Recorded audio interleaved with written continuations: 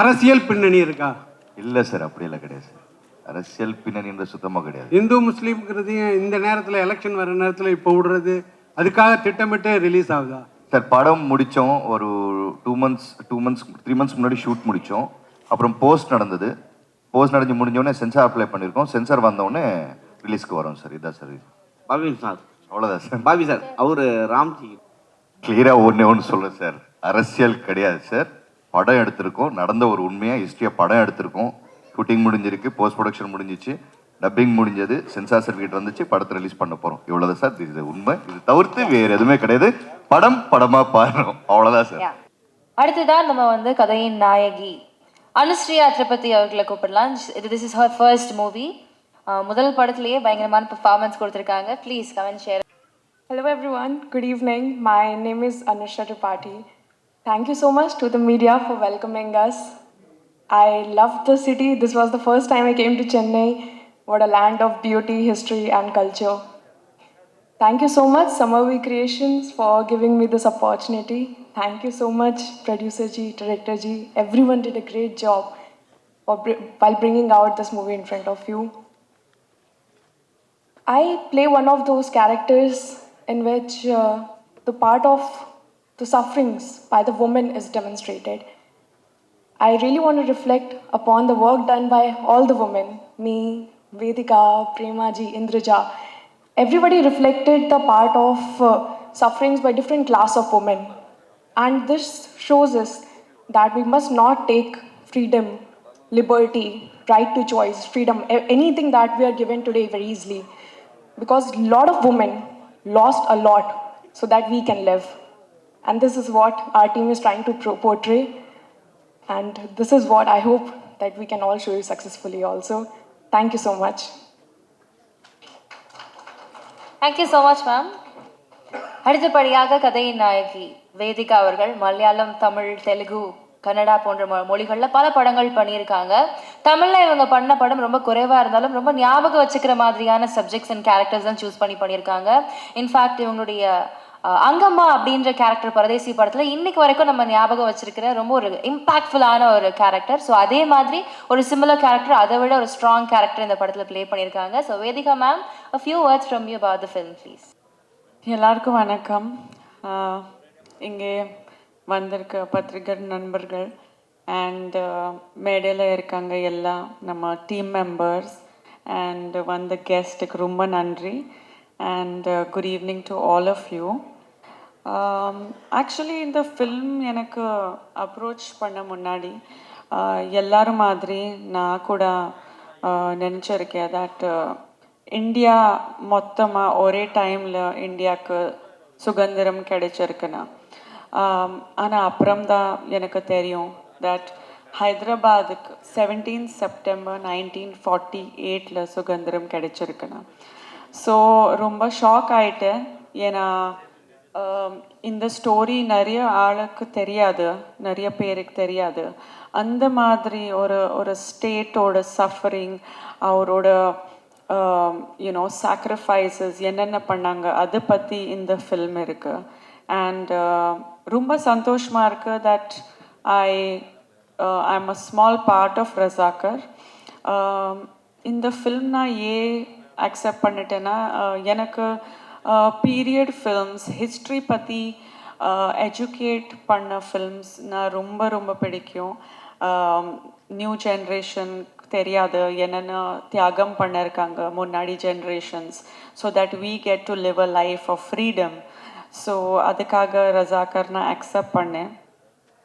And ஹைதராபாத்தில் நிறைய even சாதாரண மனிதர்கள் எவ்வளோ கஷ்டப்பட்டு தியாகம் பண்ணிட்டு ஒரு சாதாரண மனிதர்கள் கூட போராட்ட வீரர்கள் ஆயிட்டாங்கன்னா அது பற்றி இது ஃபில்ம் இருக்குது. சுதந்திரம் போராட்ட வீரர்கள் எவ்வளோ தியாகம் பண்ணியிருக்காங்க, அவரோட உயிர் தியாகம் பண்ணியிருக்காங்க, அது பற்றி ஒரு பியூட்டிஃபுல்லான ஸ்டோரி இருக்குது. And it's a great way to teach people the sacrifices done by everyone. So rumba santoshma irukku to be a part of this wonderful film.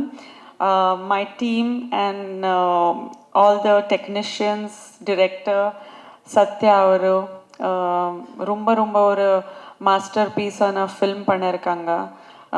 நம்ம producer Gudur sir, not only he has made a wonderful masterpiece, but also he believes in a lot of charity work. So I'm really, really inspired by his good deeds. And of course, Bobby, shooting பண்ணும்போது பாபிக்கு நான் first time settle meet பண்ணேன். ஆனால் Bobby ஒரு 2 minutes எனக்கு recognise பண்ணல அந்த கெட்டப்பில். He was just like, he thought, நானும் I'm saying, sorry. நான் ஒரு, எல்லா க்ரௌடில் ஒரு வந்து யாரோ ஹாய் சொல்கிறாங்க நான் நினச்சிட்டாங்க. ஏன்னா அந்த லுக்கில் சுத்தமாக கண்டுபிடிக்கல நினைக்கிறேன். But Bobby பத்தி சொல்றது, I don't think I need to say anything about him. ஒரு national award winning actor, அவ்வளோ respected இருக்காங்க in entire film industry. And அவர் கூட ஒர்க் பண்ணும்போது ரொம்ப கம்ஃபர்டபுளாக இருந்துச்சு experience. So thank you Bobby for really making my working experience so beautiful with your presence. And everybody here, my entire team, Beams avaru, Ramesh avaru, Ramji, and Raj avaru, Vijay sir, everybody has done a fantastic job, including Anjireddy, our executive producer. I'd like to thank the entire team for being so wonderful. And all the guests who have come here, Manoj, thank you so much for taking time out and being here to support us. And Mitran sir also came and graced the occasion. So thank you to him. Everybody on the dais here, thank you so much for being here. Again, all the media, Tamil media, எப்போ மாதிரி எனக்கு always support பண்ணிருக்கீங்க. So I need all your support and all your love, and I'm just so happy நான் இன்னைக்கு உங்களை திருப்பி meet பண்ணுறதுக்கு எனக்கு வைப் கிடைச்சிருக்கேண்ணா. So thank you so much to all you wonderful people. Thank you. தமிழில் அழகாக வந்து அதை ஸ்கிரிப்ட் சேஞ்ச்லாம் பண்ணி பேசியிருக்கீங்க, ரொம்ப நன்றி. அடுத்தபடியாக கதையின் நாயகன் பாபி சிம்ஹா புது கெட்டப்பில் வேற இருக்கிறாங்க, மெரட்டலாக இருக்கிறாங்க. ஸோ வெர்சிடைல் பெர்ஃபார்மர், இந்த படத்தில் உங்களுடைய அனுபவம் பற்றி a few words ப்ளீஸ்.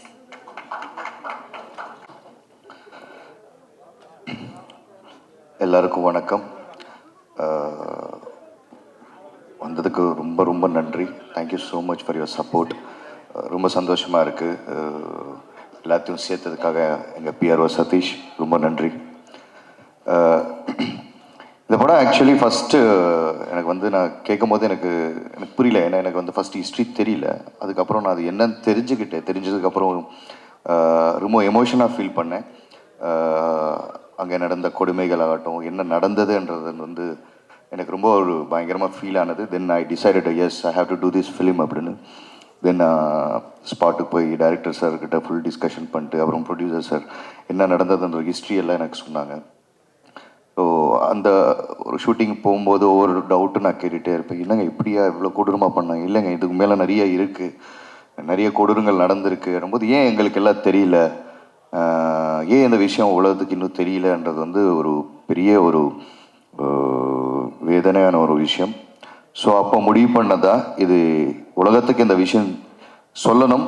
இந்த ஹிஸ்ட்ரி வந்து ஒவ்வொருத்தரும் ஒவ்வொரு இந்திய குடிமகனும் தெரிஞ்சுக்கணும்.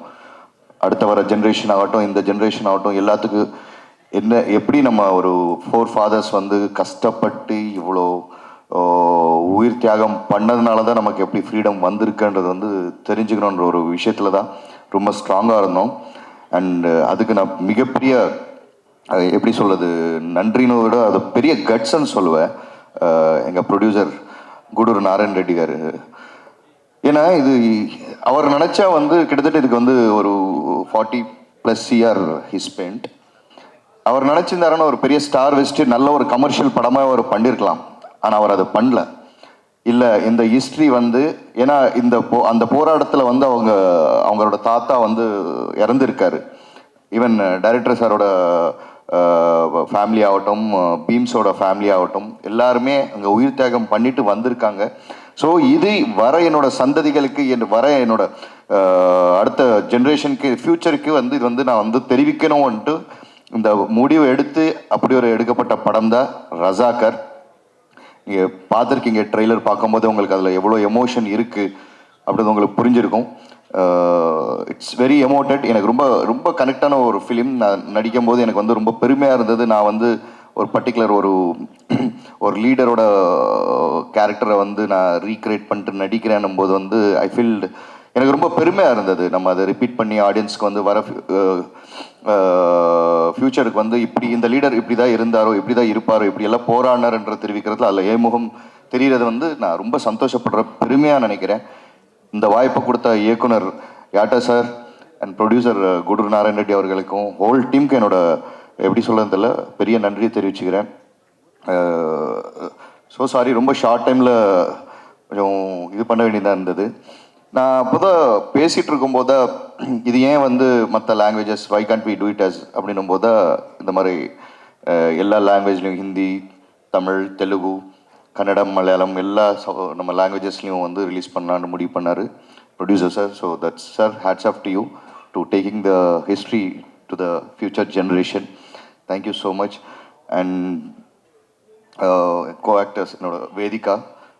ஆக்சுவலி போனதுக்கப்புறம் எனக்கு தெரியல, அவங்க மேக்கப்பில் இருந்தாங்க. ஐ மீன் த்ரூ கேரக்டர் அப்படியே இருந்தாங்க. வந்தோடனே ஹலோ ஹாய் என்னாங்க, ஹாய் அப்படின்னு சொல்லிட்டு நானும் திரும்பிட்டேன். நான் திருப்பி என்ன பார்த்து எங்கேயோ பார்த்து தெரில எனக்கு கிட்டத்தட்ட ஒரு 5-10 minutes ஐ டின்ட். அப்புறம் திருப்பி கம்பைன் ஷாட் வரும்போது are you Vedika? Yes it's me Bobby, what happen? Sorry. ஏன்னா லிட்ரலி எனக்கு தெரிஞ்சு நான் ஏன்னா அந்தளவுக்கு அந்த கேரக்டரில் அந்த மேக்கப் ஆகட்டும், அந்த ஒரு ரியல் ரெபல் லேடின்னு சொல்லுவோம் இல்லையா, அந்த கெட்டப்பில் அந்த பெர்ஃபார்மன்ஸோடு இருக்கும்போது எனக்கு தெரியல.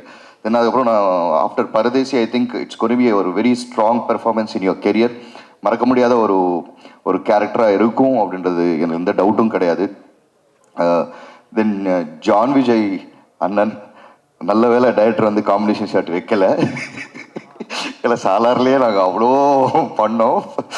ஸோ டீலில் ஃப்ளைட்டில் வந்துட்டு இருக்கும்போது பேசிகிட்டு இருந்தோம். என்ன படம் தம்பி, ஒரு பயங்கரமான படம்டா அப்படின்னு. என்ன படம்ண்ணே அப்படின்னா, அது ஒரு பீரியட் ஃபிலிம்டா, பயங்கரமாக பண்ணியிருக்கான்டா, பேர் ரசாக்கர் அப்படின்னு. அண்ணே அந்த படத்தில் நானும் தான் நடிக்கிறேன் அப்படின்னு. அப்படியா தம்பி? எந்த படத்துலையும் நீ இல்லாமல் இருக்க மாட்டியா, தெலுங்கு இண்டஸ்ட்ரி விட மாட்டியா அப்படின்ற மாதிரி பார்த்தாரு.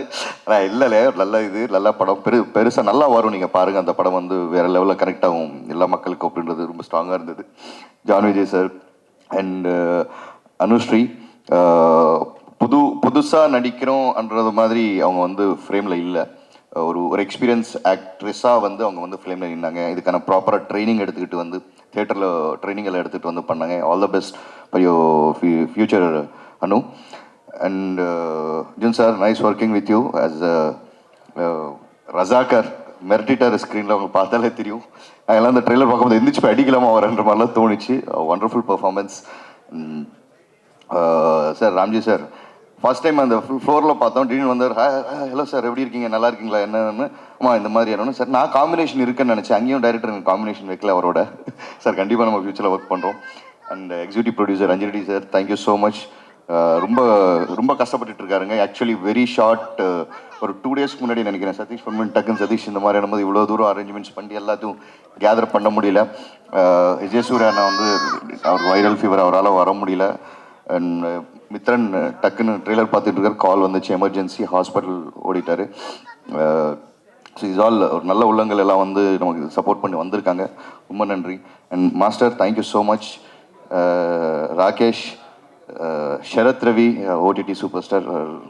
ஸோ மனோஜ் பேனு சார், ஒரு வார்த்தை அப்படி மத்தியானம் தான் கூப்பிட்டேன், ஆனால் வந்துருங்க டார்லிங் அப்படின்னு. டார்லிங் நீ சொல்லிட்டேன், நான் வந்துடுறேன் பாரு அப்படின்ட்டு அப்படி வந்துட்டார். And especially Bheem sir, your music like அது பாஷை எனக்கு அந்த தெலுங்கு பாட்டு ஏன் ப்ளே பண்ண சொன்னேன்னா, எனக்கு அதில் பாஷை தேவையில்ல, அந்த ஒரு எமோஷன் ஒன்று இருக்குது, அது புரியும் அப்படின்ற ஒரு கான்ஃபிடென்ட் எனக்கு இருந்தது. நிச்சயமாக நினைக்கிறேன் உங்களுக்கு எல்லாத்துக்கும் அந்த எமோஷன் புரிஞ்சிருக்கும்னு நினைக்கிறேன். சார் புரிஞ்சதா சார்? புரிஞ்சு, thank you so much. And Ramesh Reddy sir, இந்த படத்தோட நீங்கள் ட்ரெய்லர் பார்க்கும்போது இந்த ஸ்கேல் இது எல்லாமே அது காரணம், அந்த டோன் எல்லாமே ஃப்ரேமிங் பண்ணி இவ்வளோ அழகாக ஒரு பெரும் படமாக கொண்டு மக்கள் முன்னாடி நிறுத்திருக்காரு. Thank you so much Ramesh Reddy sir. And thank you all. I think நான் யாரும் விடலைன்னு நினைக்கிறேன். Thank you so much. And finally thank you so much. So sorry, ரொம்ப நேரமாக வெயிட் பண்ணிட்டு இருக்கேன். டைம் எடுத்துக்கிட்டதுக்கு ரொம்ப மன்னிச்சுக்கணும். And thank you so much. உங்கள் சப்போர்ட் எங்களுக்கு எப்போவுமே இருக்கணும். இந்த டீமுக்கு ஒரு நல்ல ஒரு வெல்கம் நீங்கள் தருவீங்க அப்படின்னு நம்பிக்கையுடன் தேங்க்யூ ஸோ மச். சார் இது வந்து முழுக்க முழுக்க வந்து இல்லை முழுக்க முழுக்க இது வந்து ஒரு இந்துக்கும் முஸ்லீமுக்குமான ஒரு பெரிய போர் மாதிரி காமிச்சிருக்கீங்க.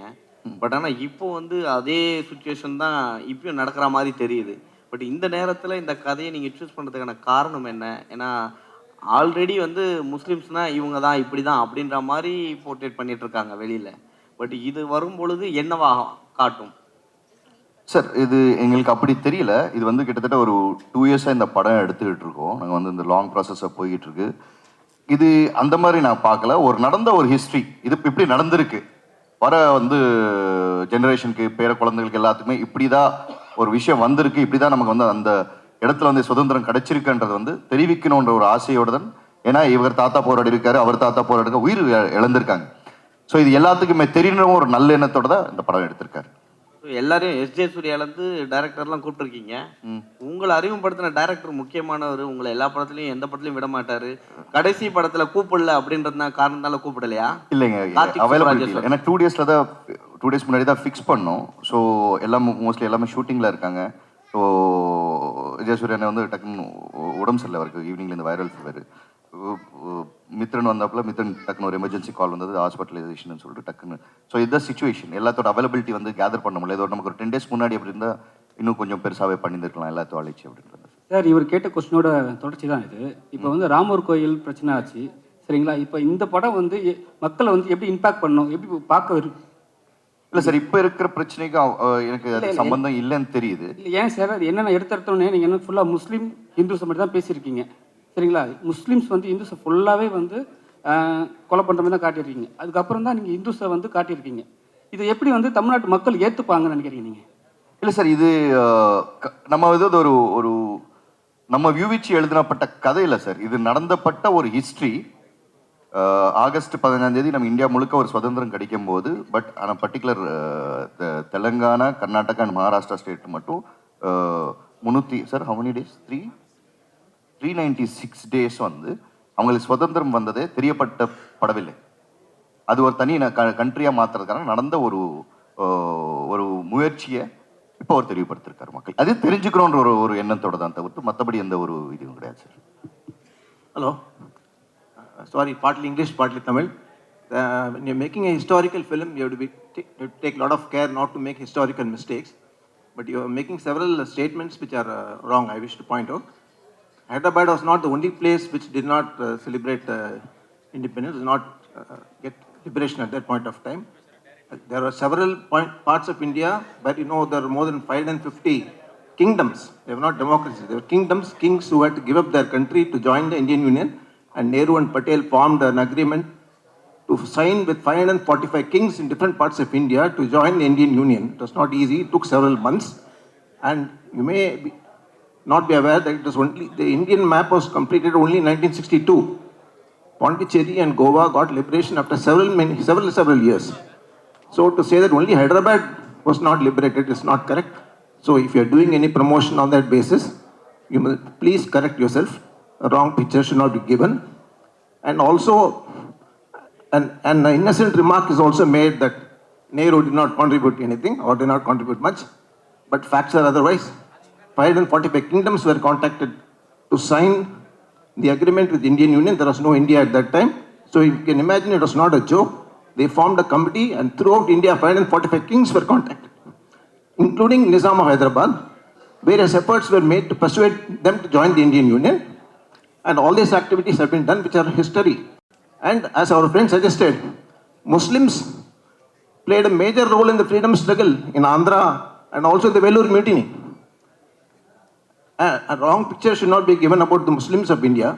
And if you want to make a second film, I would request sir to make a film on the mutiny in Andhra Pradesh led by Muslims against the Britishers. Thank you. Thank you, sir. Sir, English konjam very. Sir wants to answer to this. இல்ல, I have சும்மா தமிழ்ல understood partly. 1947 British ஆள சொன்னது correct. India என்று ஒரு நாடு அமையாது என்று தெரிஞ்சாங்க. எனக்கு பேச தெரியாதுன்னு சார். சரி, okay, you translate. Sir, I would like to clarify for your question. Yes, as you said, there were many provinces in the country. There were about 565 provinces. They were independent kingdoms ruled by different kings in our country. Out of that, 20 have gone to Pakistan. 545 were remaining in India. Out of 545, 542 have merged without any problem. There were 3 states, 3 provinces which were not merged even after 15th August. One is Kashmir. You know what happened in Kashmir? After Pakistan was formed, Pakistanis invaded Kashmir and have occupied a place called POK now.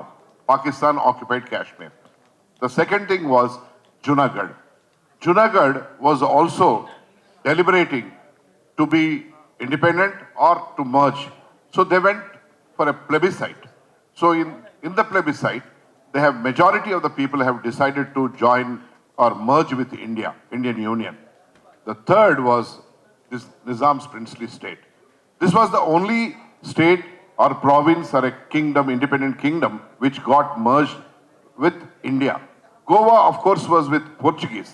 So we cannot talk about Goa and small areas. But when we talk about the big areas, Hyderabad was like a heart. In fact, as you said, it is not against Muslims.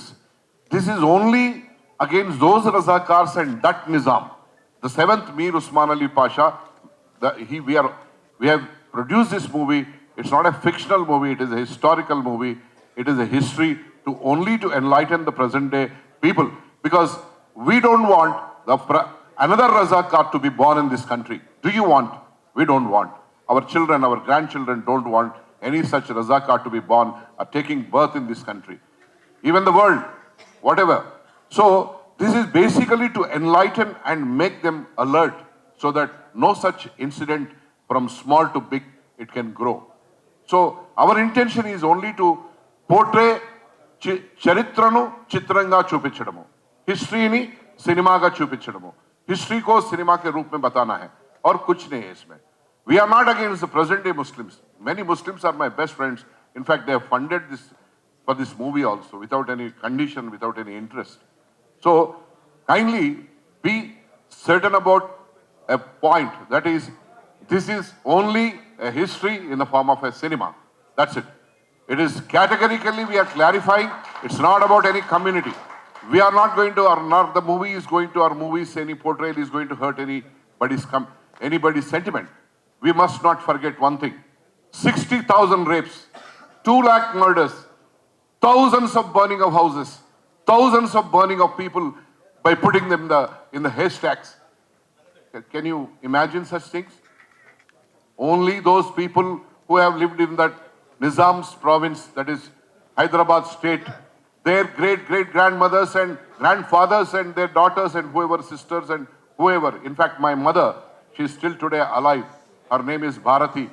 She was sent to Bombay when she was 7 years old because the Razakars, with the fear of Razakars, doing something, either lifting her or maybe murdering her or taking away her, whatever it is. My grandfather, late Gudur Narayana Reddy, has had a face-off. He is not ordinary man. He is a Watandar. He is the head of so many villages. He was responsible to safeguard his people. Qasim Rizvi said, you know who I am? I am number 2 next to Nizam. He said, you may be whoever you may be. I am the Patel. I am the Mal Patel of this area. It is my duty to safeguard my people and my place. In fact, my late father's, his maternal uncle is alive today. He is 98 years. If you want, we can make him speak when necessary. What happened? What kind of atrocity? It's not atrocity. It is atrocity into 1 trillion, you can say. It's not atrocity. We don't know. So, I have not taken any commercial face in this. I have only tried to portray the best of the historical facts with the best of the visuals and with best of the effects so that the people of this country, especially the younger generation of the universe today, India is called the youngest generation of universe. So I want my youngest generation of universe of my country to know and be enlightened with what happened then. That's it, Your Honor. That's it. Bobby sir, ஆக்சுவலாக இப்போ இருக்கக்கூடிய கரண்ட்டில் இருக்கக்கூடிய ஒன்றிய அரசு, பாஜக மேலே இருக்கக்கூடிய மத்திய அரசு வந்து சர்தார் வல்லபாய் பட்டேலுக்கு 3000 கோடி செலவு பண்ணி அவ்வளோ பெரிய செலவு வச்சுருக்காங்க. இந்த படத்துலேயும் மிக முக்கியமாக வந்து சர்தார் வல்லபாய் பட்டேல் தான் நீங்கள் காமிச்சிருக்கீங்க. ஸோ இந்த படம் வந்து ஆல் லாங்குவேஜில் நீங்கள் தான் கொண்டு போகிறதா ஒரு தகவல் இருக்குது. ஸோ அப்படி போகும் பொழுது மேலே இருக்கக்கூடிய பிரதமர் பார்வைக்கு கொண்டு போக வாய்ப்பு இருக்கா? நான் அப்படி எனக்கு பொலிட்டிக்கல் சம்பந்தமே கிடையாது. நமக்கு ஸ்பெல்லிங் கூட ஒழுங்கா தெரியாது. ஏன்னா படத்தில் அவர் தான் மெயினாக காமிச்சிருக்கீங்க. Main of the pillar Sardar Vallabhbhai கொண்டு பட்டேல் போகணுன்றது தான். அந்த கண்டென்ட் ஹிஸ்ட்ரி கொண்டு போகணுன்றது. நான் ஐம் நாட் ஹிஸ்டாரிக்கல், நான் ஹிஸ்ட்ரி படிக்கல, எனக்கு தெரியாது. எனக்கு அது நடந்தது அந்த கதையை கேட்கும்போது இது எல்லாத்துக்குமே தெரியட்டுமேன்ற ஒரு விஷயம் தான். இப்படி எல்லாம் நடந்திருக்கு, நம்ம வந்து ஃபிக்ஷனாக எழுதலை சார். அது நடந்த ஹிஸ்டாரிக்கலை வந்து தெரியட்டுமேன்ற ஒரு விஷயம் தான். எது இருந்தாலும் சரி தெரியணும் அப்படின்றது அந்த ஆதங்கம் தான் sir. Sir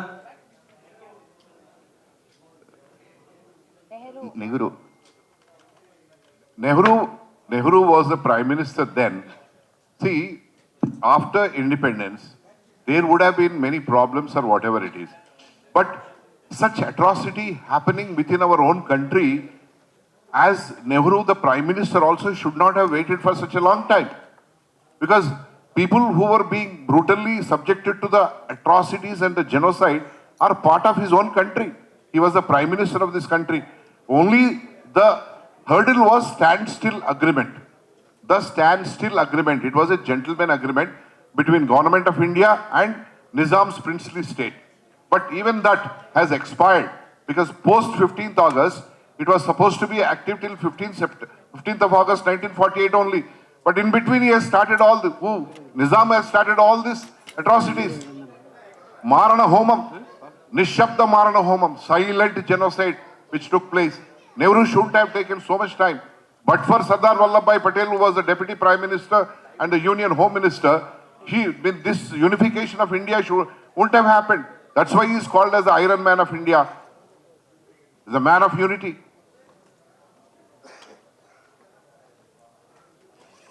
See, this is history. So we don't want to belittle anybody or we don't want to portray anybody. Here, history is shown in the form of a movie. That's it. Bobby Simha sir, thank you இந்த கதை எல்லாருக்கும் தெரிஞ்சுக்கணும், எல்லாம் இந்த அடுத்த ஜெனரேஷனுக்கெல்லாம் புரிஞ்சுக்கணும், எல்லாம் okay. ஆனால் இந்த நேரத்தில் வர்றது ஒரு திட்டமிட்ட ஒரு பின்னணி இருக்கா அதில்?